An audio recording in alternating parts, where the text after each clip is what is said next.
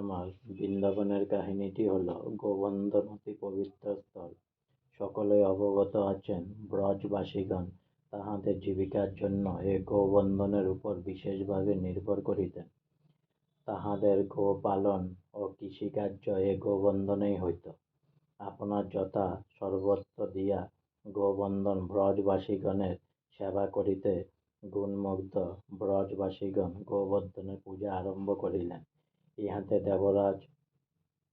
দেবরাজ আত্মবিমনে আঘাত লাগিল। তিনি প্রবল বাড়িপাতে গোপীদের ঘর বাড়ি ও কৃষ্ণ সমস্ত ধ্বংস মুখে লইয়া গেলেন।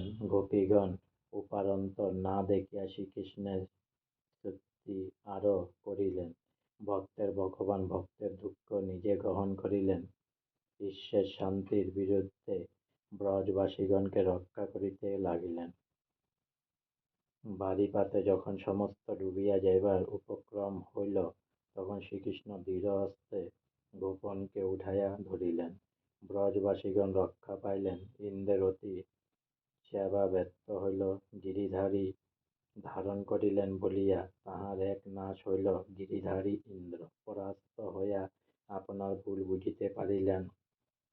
কৃষ্ণ সর্বশক্তিমান ভগবান, এ বিষয়ে আর তার সন্দেহ রইল না। অপরাধের জন্য দুঃখিত হইয়া দেবরাজ শ্রীকৃষ্ণের স্তুতি আরম্ভ করিলেন এবং শ্রীকৃষ্ণ তাহাকে ক্ষমা করিলেন।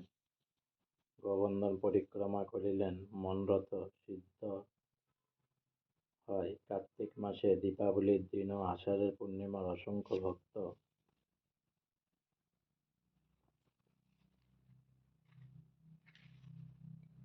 গোবর্ধন পরিক্রমা করেন। মীরাবাইয়ের গিরিধারী গোপাল প্রত্যেক ভক্তের আপনার বস্তু। গোবর্ধনের প্রতিটি অন্তরের মধ্যে ভক্তি ও প্রেমের চাপ রহিয়াছে। তাপারিষ্ট মনকে শান্তির শীঘ্র ছায়া টানিয়া লয়। ভক্তির ভগবান এখনো ভক্তির গ্রাহ্য পাইবার জন্য এখানে রহিয়াছে। গোবর্ধন পরিক্রমা শেষ করিয়া যাত্রীগণ রাস্তার ধারে একটি আম বাগানে রাত্রি কাটাইলেন।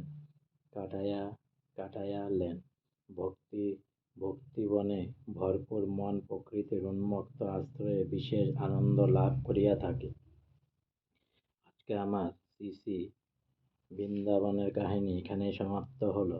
তাই অনেক সাবস্ক্রাইব করুন আমার চ্যানেলটি, অনেক লাইক করুন প্লিজ।